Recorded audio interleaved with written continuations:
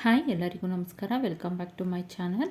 ಇವತ್ತಿನ ರೆಸಿಪಿ ಈಸಿಯಾಗಿ egg rice ಮಾಡೋದು ಹೇಗೆ ಅಂತ ನೋಡೋಣ.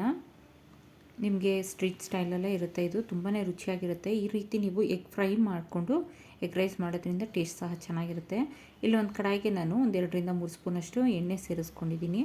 ಹಾಗೆ ಇಲ್ಲಿ 4 ಮೊಟ್ಟೆನ ನಾನು ಒಡೆದು ಈ ರೀತಿ ಹಾಕ್ಕೊಂಡಿದ್ದೀನಿ ನಾನು. ಇದು ಸ್ವಲ್ಪ ಒಂದು ಅರ್ಧ ನಿಮಿಷ ಆದರೂ ಸಹ ಈ ಥರ ಎಣ್ಣೆಯಲ್ಲಿ ಫ್ರೈ ಆಗಬೇಕು. ನಂತರ ಇದನ್ನು ತಿರುಗಿಸ್ಕೊಡ್ಬೇಕು. ಈ ರೀತಿ ನೀವು ಈ ರೀತಿ ತಿರುಗಿಸ್ಕೊಟ್ಟು ಎಗ್ ರೈಸ್ ಮಾಡೋದ್ರಿಂದ ಎಗ್ ಸಹ ಸಾಫ್ಟಾಗಿರುತ್ತೆ, ತಿನ್ನೋದಕ್ಕೆ ಡ್ರೈ ಅಂತ ಅನಿಸೋದಿಲ್ಲ. ನೋಡಿ, ಈ ಥರ 1-2 ನಿಮಿಷ ಈ ಥರ ಫ್ರೈ ಮಾಡ್ಕೊಳ್ಬೇಕು. ಈ ರೀತಿ ಫ್ರೈ ಮಾಡ್ಕೊಂಡ ನಂತರ ಇದನ್ನು ಸೈಡಿಗೆ ತೆಗೆದಿಟ್ಕೊಳ್ಳೋಣ. ಇದಕ್ಕೆ ಉಪ್ಪು ಖಾರ ಏನು ಹಾಕೋದು ಬೇಡ ಈ ಟೈಮಲ್ಲಿ. ಇದು ಇದೇ ರೀತಿ ಸ್ವಲ್ಪ ಎಣ್ಣೆಯಲ್ಲಿ ಫ್ರೈ ಆದರೆ ಸಾಕು. ನೋಡಿ, ನಾನೀಗ ಬೆಂದಿದೆ, ನಾನು ಇದನ್ನು ಸೈಡಿಗೆ ತೆಗೆದಿಟ್ಕೊಳ್ತಾ ಇದ್ದೀನಿ.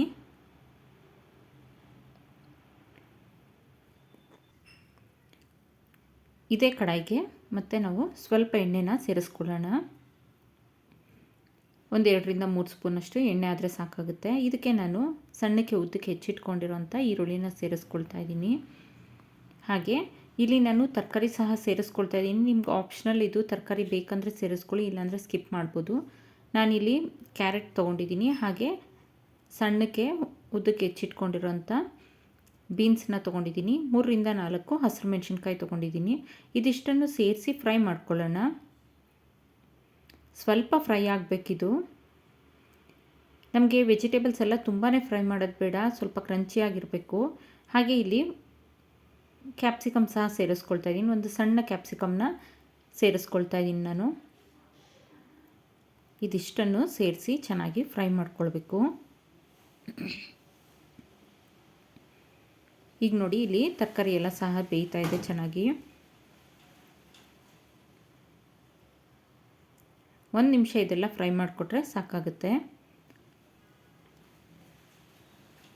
ತರಕಾರಿ ಎಲ್ಲ ತುಂಬ ಬೆಂದ್ಬಿಡ್ತು ಅಂತಂದರೆ ಮೆತ್ತಕ್ಕೆ ಆಗಿಬಿಡುತ್ತೆ, ಚೆನ್ನಾಗಿ ಅನಿಸೋದಿಲ್ಲ ಎಗ್ ರೈಸಲ್ಲಿ. ಈಗ ಇಲ್ಲಿ 1 ಸ್ಪೂನ್ನಷ್ಟು ಶುಂಠಿ ಬೆಳ್ಳುಳ್ಳಿ ಪೇಸ್ಟನ್ನು ಸೇರಿಸ್ಕೊಳ್ತಾ ಇದ್ದೀನಿ ನಾನು. ನೀವು ಬೇಕಿದ್ರೆ ಬೆಳ್ಳುಳ್ಳಿನ ಸಣ್ಣಕ್ಕೆ ಕಟ್ ಮಾಡಿ, ಶುಂಠಿ ಮತ್ತು ಬೆಳ್ಳುಳ್ಳಿನ ಸಣ್ಣಕ್ಕೆ ಕಟ್ ಮಾಡಿ ಸಹ ಹಾಕ್ಬೋದು, ಅಥವಾ ಗ್ರೇಟ್ ಮಾಡಿ ಸಹ ಹಾಕ್ಬೋದು. ನಾನಿಲ್ಲಿ ಪೇಸ್ಟ್ ಮಾಡಿ ಹಾಕ್ತಾ ಇದ್ದೀನಿ. ಪೇಸ್ಟ್ ಮಾಡಿ ಹಾಕೋದ್ರಿಂದ ಫ್ಲೇವರ್ ಸಹ ಚೆನ್ನಾಗಿರುತ್ತೆ. ಈಗ ಇದಕ್ಕೆ ನಾನು ಏನು ರೈಸ್ ಮಾಡಿ ಇಟ್ಕೊಂಡಿದ್ನಲ್ಲ, ಆ ರೈಸ್ನ ಸೇರಿಸ್ಕೊಳ್ತಾ ಇದ್ದೀನಿ. ಇಲ್ಲಿ ನಾನು ಮಾಡ್ತಿರೋಂಥ ಕ್ವಾಂಟಿಟಿ 2-3 ಜನಕ್ಕೆ ಕರೆಕ್ಟಾಗಿ ಆಗುತ್ತೆ. ಹಾಗೆ ಒಂದು ಅರ್ಧ ಸ್ಪೂನಷ್ಟು ಸೋಯಾ ಸಾಸ್ ಹಾಕ್ಕೊಳ್ತಾ ಇದ್ದೀನಿ. ಸೋಯಾ ಸಾಸ್ ಸಾಕಾಗುತ್ತೆ, ಇಷ್ಟೇ. ನೀವು ಅಕಸ್ಮಾತ್ ಬೇಡ ಅನ್ನೋರು ಇದನ್ನು ಸ್ಕಿಪ್ ಮಾಡ್ಬೋದು. ಸ್ಕಿಪ್ ಮಾಡಿ ನಿಮ್ಗೆ ಬೇಡ ಅಂತ ಅನಿಸಿದ್ರೆ ಇಲ್ಲಿ ನಾನೊಂದು ಅರ್ಧ ಸ್ಪೂನಷ್ಟು ಗ್ರೀನ್ ಚಿಲ್ಲಿ ಸಾಸ್ನ ಸೇರಿಸ್ಕೊಳ್ತಾ ಇದ್ದೀನಿ. ಹಾಗೆ ಸ್ಪ್ರಿಂಗ್ ಆನಿಯನ್ನ ಸಹ ಸೇರಿಸ್ಕೊಳ್ತಾ ಇದ್ದೀನಿ. ನಾನಿಲ್ಲಿ 1 ಬೌಲಷ್ಟು ಸ್ಪ್ರಿಂಗ್ ಆನಿಯನ್ ಸೇರಿಸ್ಕೊಂಡಿದ್ದೀನಿ. ಸ್ಪ್ರಿಂಗ್ ಆನಿಯನ್ ಹಾಕೋದ್ರಿಂದ ಫ್ಲೇವರ್ ಅಷ್ಟೇ ಚೆನ್ನಾಗಿರುತ್ತೆ ಯಾವುದೇ ಫ್ರೈಡ್ ರೈಸ್ಗೆ. ಈಗ ಇಲ್ಲಿ 1 ಸ್ಪೂನ್ನಷ್ಟು ಪೆಪ್ಪರ್ ಪೌಡರ್ ಸೇರಿಸಿದ್ದೀನಿ. ಹಾಗೆ ನಾವು ಏನು ಫ್ರೈ ಮಾಡಿ ಇಟ್ಕೊಂಡಿದ್ವಲ್ಲ ಎಗ್ನ, ಅದನ್ನು ಸಹ ಸೇರಿಸ್ಕೊಳ್ತಾ ಇದ್ದೀನಿ. ನೋಡಿ, ಎಗ್ ಎಷ್ಟು ಚೆನ್ನಾಗಿ ಕಾಣ್ತಾ ಇದೆ. ಇದು ನಾವು ಎಲ್ಲ ತರಕಾರಿ ಜೊತೆಗೆ ಹಾಕ್ಬಿಟ್ರೆ ಇಷ್ಟು ಚೆನ್ನಾಗಿರೋದಿಲ್ಲ, ಸ್ವಲ್ಪ ಹಾರ್ಡ್ ಅನಿಸುತ್ತೆ ಎಗ್ ತಿನ್ನೋದಕ್ಕೆ. ಈಗ ರುಚಿಗೆ ಎಷ್ಟು ಬೇಕಷ್ಟು ಉಪ್ಪನ್ನು ಸೇರಿಸಿ ಈ ಥರ ನೀಟಾಗಿ ಮಿಕ್ಸ್ ಮಾಡಿಕೊಡ್ಬೇಕು. ಈ ಪ್ರೋಸೆಸ್ ನೀವು ಸ್ವಲ್ಪ ಫ್ಲೇಮ್ ಜೋರಾಗಿ ಇಟ್ಕೊಂಡೇ ಮಾಡಬೇಕು, ತುಂಬ ಲೋ ಫ್ಲೇಮ್ ಮಾಡಿ ಮಾಡಬೇಡಿ. ಹಾಗೆ ತುಂಬಾ ಮಿಕ್ಸ್ ಮಾಡಬಾರ್ದು. ರೈಸ್ ಸಹ ಸ್ವಲ್ಪ ತಣ್ಣಕ್ಕಾಗಿರಬೇಕು, ತುಂಬಾ ಬಿಸಿ ಇರಬೇಕಾದ್ರೆ ಈ ಥರ ಮಿಕ್ಸ್ ಮಾಡಿಕೊಡ್ಬೇಡಿ. ಈಗಿಲ್ಲಿ ಎಗ್ ರೈಸ್ ಅನ್ನೋದು ರೆಡಿ ಇದೆ. ಉಪ್ಪು ಖಾರ ಏನಾದರೂ ಬೇಕಂದರೆ ಟೇಸ್ಟ್ ಮಾಡಿ ನೋಡಿ, ಮತ್ತು ಉಪ್ಪು ಖಾರ ಸೇರಿಸ್ಕೊಳ್ಬೋದು ನೀವು. ನಾನಿಲ್ಲಿ ಸರ್ವ್ ಮಾಡ್ಕೊಳ್ತಾ ಇದ್ದೀನಿ ಎಗ್ ರೈಸ್ನ. ಈ ವಿಡಿಯೋ ಇಷ್ಟ ಆದಲ್ಲಿ ಲೈಕ್, ಶೇರ್ ಆ್ಯಂಡ್ ಸಬ್ಸ್ಕ್ರೈಬ್ ಮಾಡಿ. ಹಾಗೆ ಕಮೆಂಟ್ ಮಾಡಿ ತಿಳಿಸಿ. Thank you for watching. ಮಕ್ಕಳಿಗೆ ನೀವು ಬಾಕ್ಸಿಗೆ ಸಹ ಇದನ್ನು ಮಾಡಿಕೊಡ್ಬೋದು.